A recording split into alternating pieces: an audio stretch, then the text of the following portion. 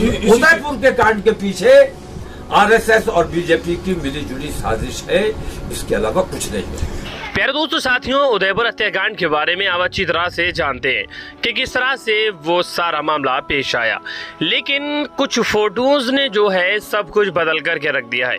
आपको बता दें, कई सारे फोटोज सोशल मीडिया पर जो वायरल हुए हैं, तब से तमामी तरह तरह के कमेंट लोगों के आने शुरू हो गए हैं। ऐसे में मौलाना तौकीर रजा साहब का भी बहुत शानदार बयान है, आप लोगों को हम वो बयान भी सुना रहे हैं। क्या वजह है, किन बातों को आप साझा करना चाहते हैं? आज बहुत दिन के बाद खुशी का मौका आया है, वो खुशी आप तमाम लोगों से साझा करने के लिए आप लोगों को बुलाया है, और आप लोगों के जरिए पूरे देश से हम वो खुशी साझा करना चाहते हैं। और वो खुशी ये है कि अगरचे सुप्रीम कोर्ट ने कोई ऑर्डर नहीं किया है, उन्होंने संज्ञान लिया है, टिप्पणी की है, और बहुत सख्त टिप्पणी की है। ये काम पहले हो जाना चाहिए था, देर से हुआ। जितने वाकयात हो गए हिंदुस्तान में, अगर ये इस किस्म का बयान, इस किस्म के कार्रवाई पहले सामने आ गई होती तो शायद ये माहौल ना बना होता। लेकिन बहरहाल जब भी हुआ, बेहद खुशी की बात है और बहुत स्वागत योग्य है। और मैं समझता हूँ कि लोकतंत्र में यकीन रखने वाले तमाम हिंदुस्तानी और जो लोग नाउम्मीद हो चले थे न्यायपालिका से, उनका न्यायपालिका में विश्वास बढ़ा है, एतबार मजबूत हुआ है।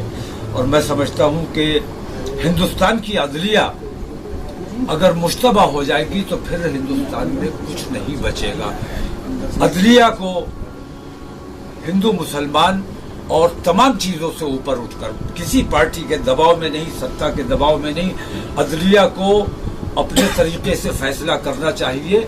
यही सबसे बड़ा लोकतंत्र है। और न्यायपालिका अपना किरदार अगर ठीक रखती है, जैसा कि कल जो कार्रवाई सामने आई है, उससे हिंदुस्तान में लोकतंत्र में यकीन रखने वाले लोगों को बहुत राहत महसूस हुई है। मौलाना साहब, ये क्या वो है कि जब आतंकवादियों को सजा दी जाती है तो उस अदालत पे सवालिया निशान लगते हैं? इस उदयपुर के कांड के पीछे आरएसएस और बीजेपी की मिलीजुली साजिश है, इसके अलावा कुछ नहीं है। फिर इन लोगों का पाकिस्तानी कनेक्शन जो आप कह रहे हैं, उच्च स्तरीय जांच एनआईए कर रहा है। एनआईए ने कहा कि ये पाकिस्तान गया, इसने वहां पे ट्रेनिंग हासिल की और उसके बाद वो नफरत। नहीं, पाकिस्तान बहुत लोग पाकिस्तान जाते हैं, बहुत लोग सऊदीया जाते हैं। अभी भी लाखों हिंदुस्तानी सऊदीया में है, हज को गए हुए हैं।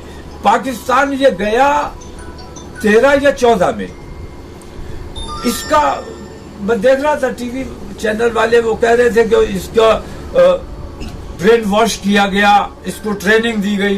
तो 13 या 14 में इसका ब्रेन वॉश किया गया था, तो 13 से 14 अब असर अब 22 में आगे हुआ।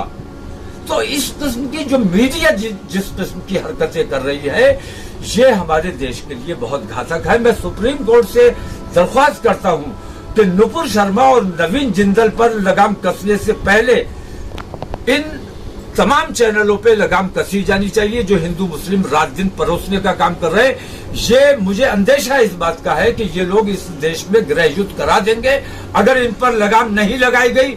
इनकी जबानों पे, इनके एंकरों की जबानों पर लगाम नहीं लगाई गई तो ये और नुपुर शर्मा और नवीन जिंदल पैदा कर सकते हैं। यहाँ आरिफ मोहम्मद खान ने कहा है कि ये मदरसे जो होते हैं ये उसकी तालीम का हिस्सा था।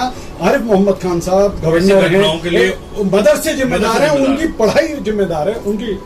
आरिफ मोहम्मद खान बहुत काबिल शख्सियत है, हमारे दोस्त है और मैं उनकी बहुत इज्जत भी करता हूं। लेकिन उनसे इतना सवाल जरूर करना चाहूंगा कि ये उन्होंने पाकिस्तानी मदरसों का जिक्र किया है या हिंदुस्तानी मदरसों का जिक्र किया है? हिंदुस्तानी मदरसों का अगर जिक्र किया है तो किसी एक मदरसे के बारे में वो बताएं। उनकी काबिलियत, उनकी शख्सियत अपनी जगह, लेकिन इस मामले में मैं समझता हूं कि हिंदुस्तान के मदारिसे इस्लामिया जितने भी हैं वहां सिर्फ प्यार, मोहब्बत और हम आहंगी का पैगाम दिया जाता है। आतंकवाद और दहशतगर्दी और इस किस्म की चीजों का कहीं जिक्र नहीं होता। अल्लाह रसूल की बात होती है। अगर अल्लाह रसूल की बात आरिफ मोहम्मद खां को लगता है कि ये आतंकवाद है तो हर मदरसे में आतंकवाद होता है, वरना किसी एक मदरसे की को चिन्हित करके बताएं कि किस मदरसे में आतंकवाद पढ़ाया जाता है। हम उस मदरसे की तहकीक करते हैं, हम बताते हैं कि किस मदरसे ने क्या किया है। तमाम मदारिस इस्लामिया जो है वो मजहब की अदालतों को सवाल के घेरे में रखना मुनासिब नहीं है। अदालतों पर सवाल तब उठते हैं जब सत्ता के दबाव में कोई फैसला होता है। मैं इस वक्त वो जिक्र नहीं करना चाहता, लेकिन फिर भी मजबूर हूं ये कहने के लिए कि महाराष्ट्र में जो कुछ भी हुआ, उद्धव ठाकरे बेहतरीन आदमी, बेहतरीन मुख्यमंत्री, उनके खिलाफ मुनज्जम साजिश रची गई और उसमें कहीं से उन्हें कोई मदद नहीं मिली। ये चिंता का विषय है। ये लोकतंत्र के लिए बहुत घातक बात है। रहा सवाल इस बात का कि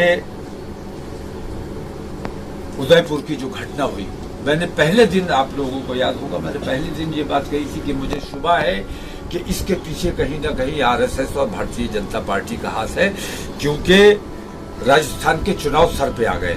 अब तो पाकिस्तान का हाथ निकला है ना? नहीं, पाकिस्तान का हाथ तो आप लोगों के चैनल निकाल रहे हैं।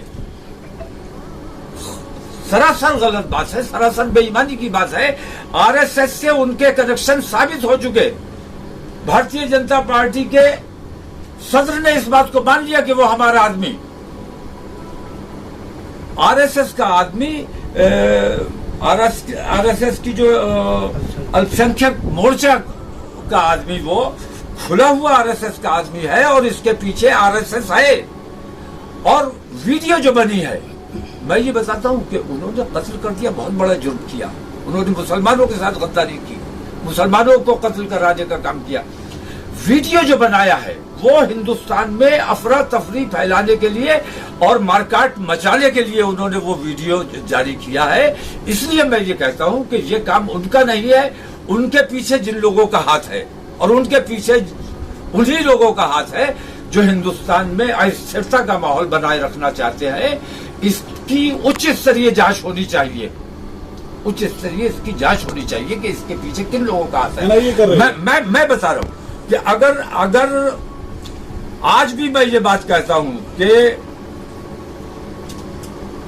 आतंकवादी पाकिस्तान से आए थे, बंबई पर हमला हुआ था, लेकिन नुकसान क्या हुआ?